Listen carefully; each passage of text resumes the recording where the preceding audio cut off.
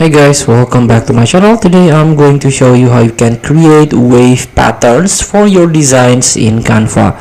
All you have to do now, you can open Canva PC version. Don't forget to sign in with your account. And to get started, you can click apps, then click design essentials.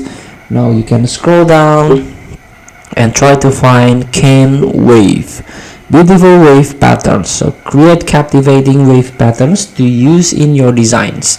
So let's click use in your design for practice with Instagram post aspect ratio, and here we go.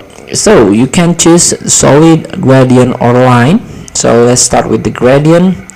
So you can choose a shape like curved or pointy, and you can choose number of layers 1 and up to 5 layer.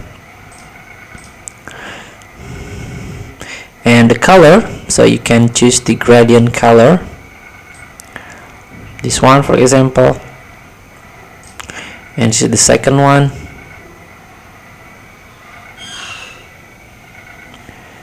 and here we go. So the gradient angle you can try to adjust with this slider, complexity, and height variation. So after you finish with the adjustment, you simply click add to design.